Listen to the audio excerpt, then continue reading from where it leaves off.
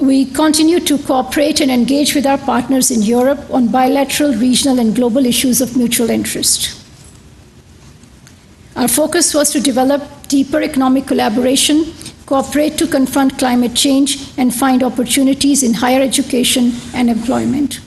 We are also engaged in discussions with the European Union on extension of GSP Plus program and on green partnerships for climate change.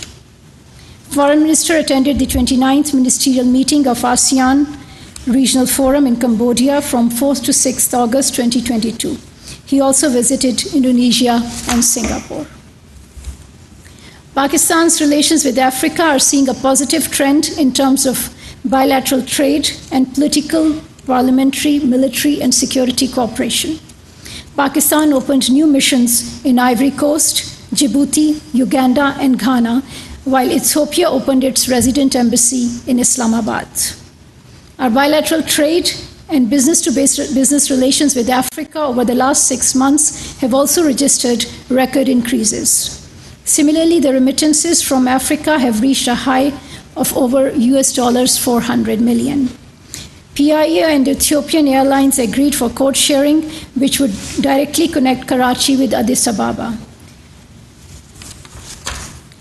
Our region remains an important focus of our foreign policy. Pakistan has consistently expressed its desire to see a peaceful, prosperous, stable, and connected Afghanistan.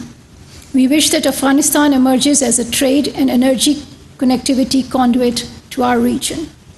Since 15th August 2021, Pakistan has pursued continuous and practical engagement with the interim Afghan government. The first high-level visit to Kabul this year was that of National Security Advisor in January.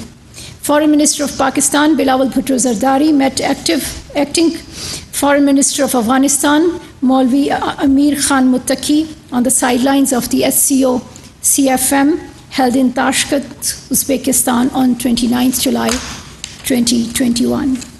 On 29th November 2022, Minister of State for Foreign Affairs, Ms. Hina Rabbani Khar, undertook a day-long visit to Kabul, where she held meetings with Foreign Minister, Deputy Prime Minister, and Minister of Commerce and Industry of Afghanistan. As a firm adherent of regional approach to the situation in Afghanistan, Pakistan participated in meetings and mechanisms aimed at promoting peace in Afghanistan, including meetings of the neighboring countries of Afghanistan, as well as Troika Plus in March in China. Pakistan also participated in the Moscow format talks held in Moscow on 16th November. We have had some incidents on the border with Afghanistan. Our head of mission in Kabul was attacked on 2nd December 2022. We have increased the security of our diplomats and missions in Afghanistan. Mr. Ubaidur Rahman Nizamani is in Pakistan for consultations. We are engaged with Afghan authorities on issues relating to security and border management. Afghanistan has given certain assurances, and we hope the promises made will be honored. We are also disappointed at the recent decisions taken by the Afghan interim government about women education and participation in public life in Afghanistan. We have strongly urged Afghanistan to revisit its decisions. We have emphasized the importance of equal access to education for all segments of society. During the high-level engagements with the countries in Central Asia, Pakistan developed close understandings with these countries to enhance regional connectivity and cooperation in energy, transport, and infrastructure. As Pakistan faced unprecedented flooding this monsoons, the Ministry of Foreign Affairs and our missions abroad have worked together with our international partners to support national efforts for post-rehabilitation and reconstruction. We are grateful to all countries and international organizations that have come forward with humanitarian assistance, including Belgium, China, Denmark, the European Union, France, Germany, Greece, Indonesia, Italy, Iran, Jordan, Malaysia, Nepal, Oman, Palestine, Qatar, Russia, Saudi Arabia, Singapore, Tajikistan, Turkey, Turkmenistan, UAE, UK, United States, Uzbekistan, and Asian Development Bank, UNICEF, UNHCR, World Bank, and the World Food Programme. Following the devastating floods, Pakistan launched the Flood Response Plan, FRP 2022, and the urgent UN flash appeal in collaboration with the United Nations. This helped in securing life-saving and critical humanitarian support for the flood affectees. The UN Secretary General, who undertook a personal visit to the affected areas in September, has been a strong supporter for support to Pakistan's relief and recovery efforts. With the Prime Minister of Pakistan, he will co-host an international conference on climate resilient Pakistan in Geneva on 9th January 2023 to galvanize support for Pakistan's recovery, rehabilitation, and reconstruction in a climate resilient manner. Climate change has become a key pillar of our foreign policy, which has been reflected in our bilateral and mutual engagements. Pakistan delegation was led by the Prime Minister to COP27 in November 2022 in Sharm el-Sheikh. A key outcome of the conference was the decision to establish fund for loss and damage. Pakistan, as the chair of G77 and China, took a lead position in the negotiations on behalf of the developing countries. This year, Pakistan was leading two important groupings, OIC, CFM, and G77 in China, the largest international grouping of developing countries. Pakistan hosted the 48th OIC Ministerial Conference in Islamabad on 22nd to 23rd March 2022 that brought together OIC members and observers at senior levels. 24 foreign ministers attended the CFM. The CFM focused on key priorities such as countering Islamophobia, recovery from COVID-19 pandemic, and diverse matters of peace and security, economic development, cultural and scientific cooperation, and revitalizing the role of OIC. Palestine and the Jammu and Kashmir dispute were the core issues on the agenda of the conference. As the chair of OIC, Pakistan also played a lead role in unanimous proclamation by the United Nations General Assembly of the 15th March as the International Day to Combat Islamophobia. In its capacity as the chair of Group 77 in China, Pakistan served as the collective voice of the Global South to promote international peace and security, sustainable development, and human rights, and uphold the principles and purposes of the UN Charter. It also galvanized support for the establishment of the Fund for Loss and Damage at COP27. Prime Minister of Pakistan attended the 77th session of the UN General Assembly in New York, where he and the Foreign Minister held important meetings. Foreign Minister also hosted a meeting of the young foreign ministers in New York. Pakistan continued to participate actively in regional organizations, including SICA and SCO. Participation of Prime Minister and Foreign Minister in high-level events of SCO and SICA offered opportunities to present Pakistan's viewpoint on important national, regional, and global issues and underline our desire for enhanced regional connectivity and cooperation to help unlock the political and economic potential of the region. Pakistan was removed from the FATF grey list after 52 months of rigorous scrutiny.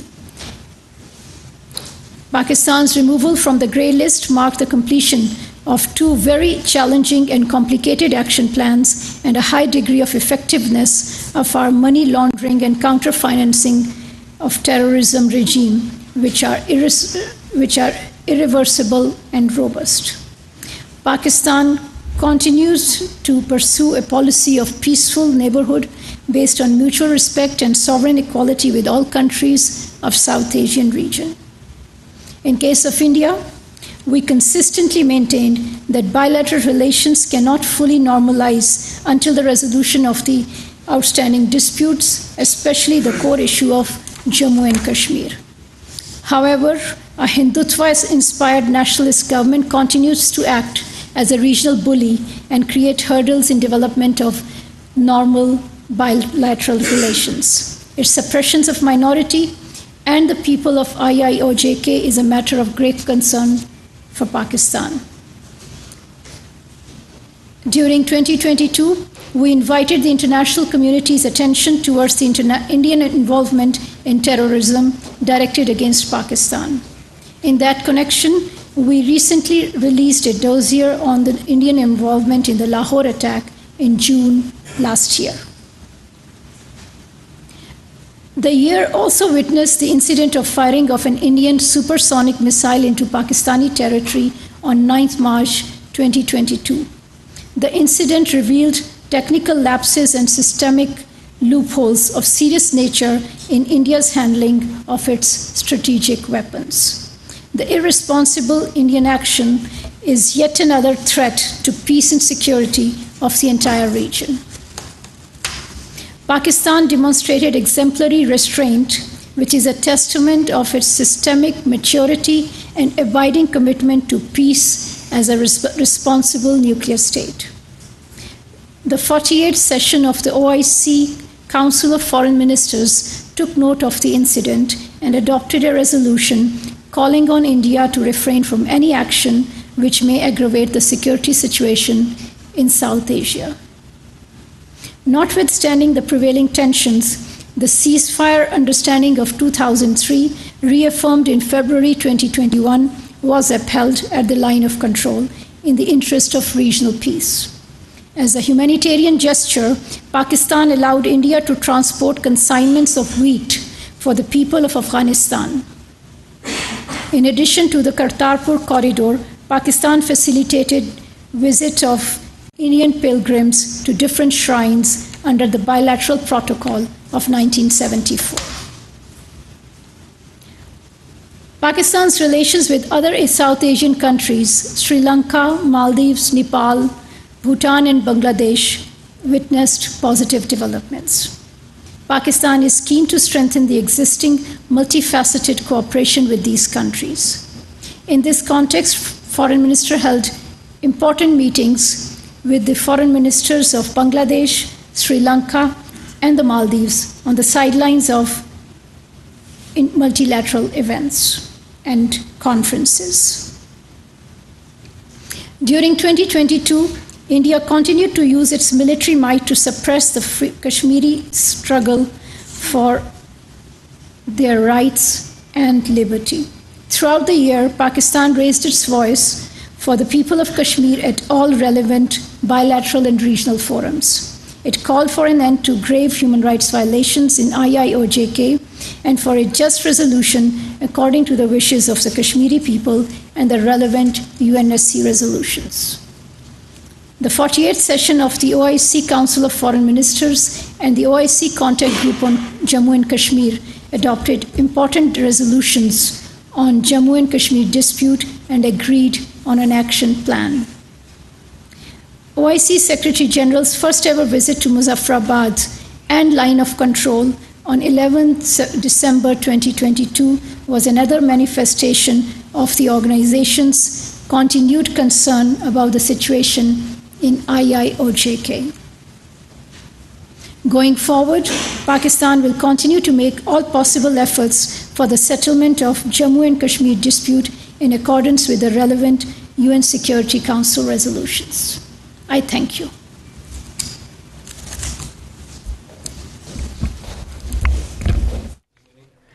तर्जुमान दफ्तर